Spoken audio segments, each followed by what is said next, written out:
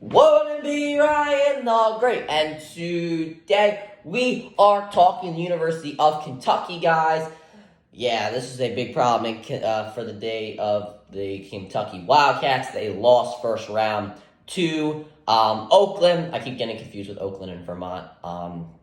There are two separate regions or whatever you want to call it. But anyway, Kentucky lost first round to Oakland this past Thursday, I think. Yeah, this past Thursday. Also, I'm trying to watch this Dayton versus Arizona game right here, second round. But anyway, yeah, Kentucky ended up losing their game. Pretty embarrassing fashion, if you ask me. This Golke guy went 10 for 20 from three.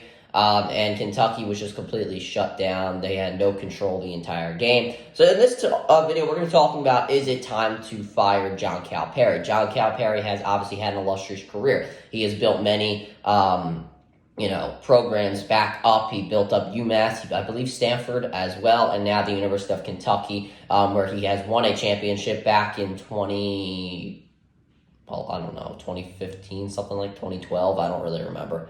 I think 2015 was UConn. I think 2012 was Kentucky. Anyway, he's had a lot of superstars, but it's not really produced overall. I mean, he's been to Final Fours. He's won a championship, but he just has not produced in the last few seasons. So it's the time for him to go. We're going to talk about it. We're going to get right into it. But before we get right into it, guys, make sure you guys subscribe with your post notifications on. Go subscribe to my brother Lemire blogs. Make sure you guys go subscribe to best second channel at Run the Cod Great. Make sure you guys go find me on X at Run the Great RTG. Make sure you guys go find me on TikTok at Run the Great RTG. Make sure you guys go listen to the latest edition of the CR7 podcast. And make sure you guys go find me on Twitch at Run the Great Podcast. And without further ado, ladies and gentlemen, let's get right into the video and let's roll that intro. Won't be Ryan the Great, and today it'll be intercepted! The defensive line. What the hell are you doing? No effort whatsoever when it came to the defense. Bat, he is 0 for 2 today. Come on, Stotty. Stop! Stop! Stop! Stop! Red Slam! First pitch! Bring him in! Braxton! Stop! Woo! Ring that! Yes! Oh, damn. 1, 2, 3. What?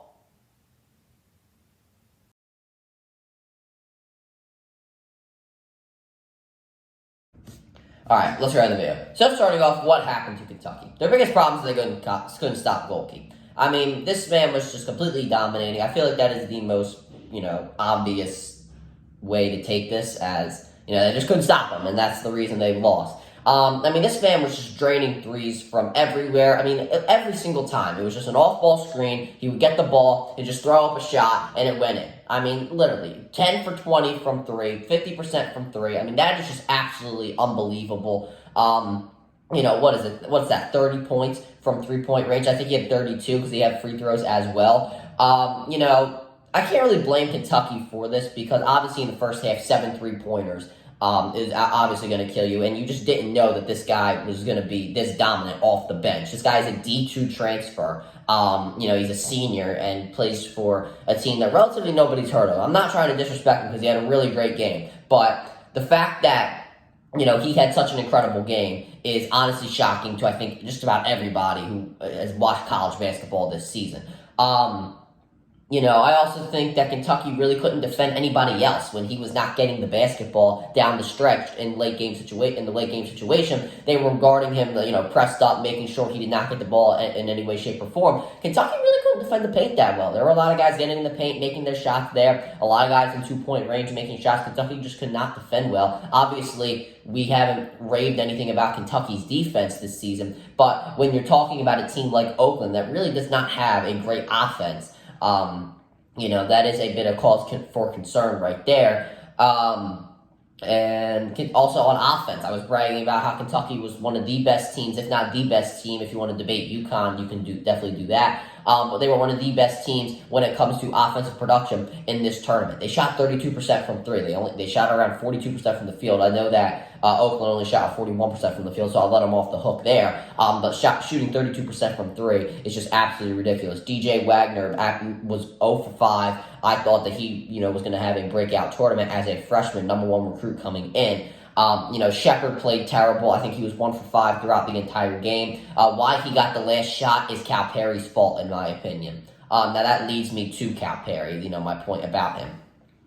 Reeves is their best player, obviously. This guy Reeves, he is really great. He had 28 points as a senior. He played really, really well. Obviously the leader of that team.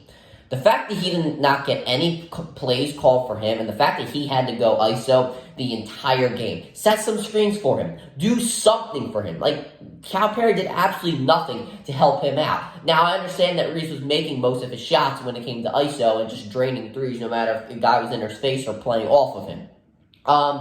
But, it was an embarrassment. This guy, Golke, has every single play being drawn up for him, but Reeves can't get anything drawn up for him, and it seems like everybody else has plays drawn up for them, and none of them were shooting as well as Reeves was throughout the entire game. It really is a head-scratcher when you think about it, and the fact that he did not get the last shot, and Shepard just pulled up from 35 feet, and at that point, he was 1 for 4 the entire game. That one shot was just Shepard, just threw it up from 35, and Reeves was just sitting in the corner. It made absolutely no sense to me. And then in the post game, you barely analyzed the game. I will give him credit though; he did give his respects to Oakland. They played a really great game, so it's a good thing there. But the fact that you didn't, I don't know if I want to say blame anybody at all. You didn't blame your team. You didn't really blame yourself. You kind of just. I don't know. Maybe he said that he put it on himself, and there were guys he put it on, but it just didn't seem that way. It just felt like you were just kind of making excuses. Your guys are young. You guys are too young. They're only freshmen and sophomores. And you love your guys. They're great guys. Obviously, there probably is nothing wrong with them. They obviously are great basketball players. And we like to see them succeed and all, but the fact that that's really all you're talking about after getting upset, after a lot of people have you going far in this tournament, and, your loss to Oakland was a complete bracket killer to pretty much all of America. No brackets remain perfect, pretty much because of your game. That is a bit of a problem. It was a weird post-game interview. He did not have a lot, his post-game interview did not rub a lot of people the right way. It doesn't really matter if your guys are freshmen and sophomores, whether they're future number 1 overall picks or they're local guys you just found in the crowd. You have to get them ready to play, and you did not do that whatsoever. Now, is it time for Calipari to go?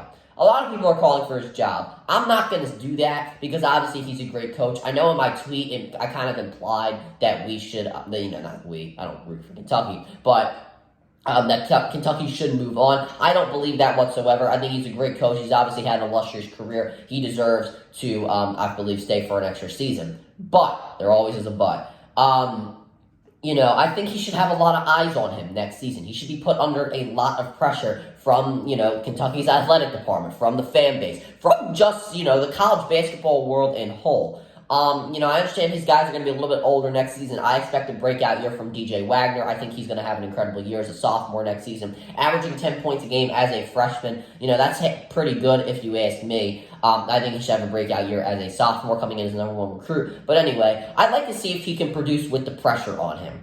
Now, if he can't, then I think it'll be time to move on. He's obviously a great coach. Kentucky was a 3 seed for a reason. A lot of people, including me, had him going to the Final Four with his team, possibly the championship, which I did against UConn, but that's obviously not going to happen. If he can't get the job done next year, then it's time to move on. If he can get to a Final Four, Elite 8, then you could say, all right, we'll keep him, we'll, commit to him for a little bit longer. But if he can't get the job done and he goes out again like this, or he goes out in the second round, then there really is no reason to keep him. Kentucky should move on, because I understand that, he's a great coach and all, and he does, win you a lot of basketball games, but it seems like it's just the Dallas Cowboys. They win in the regular season, they're happy with that, and then they go out early, and then there's all this BS, and then they don't make any changes. Like, that feels like it's the same way with Kentucky. A lot of people are comparing them to the Cowboys, but I feel like they have to make some moves and get the job done, if they want to get out of that conversation. But that'll do it for this video, guys. Make sure you guys subscribe with the post notifications. Go subscribe to my brother doing the great vlogs. Make sure you guys subscribe to my second channel at Run the Cowboy Great. Make sure you guys go follow me on X at RTG. Make sure you guys go follow me on TikTok at Run the Great RTG. Make sure you guys go listen to the latest edition of the CR7 podcast. Make sure you guys go follow me on Twitch at Run the Great Podcast. And as always, Run the Great out. Peace.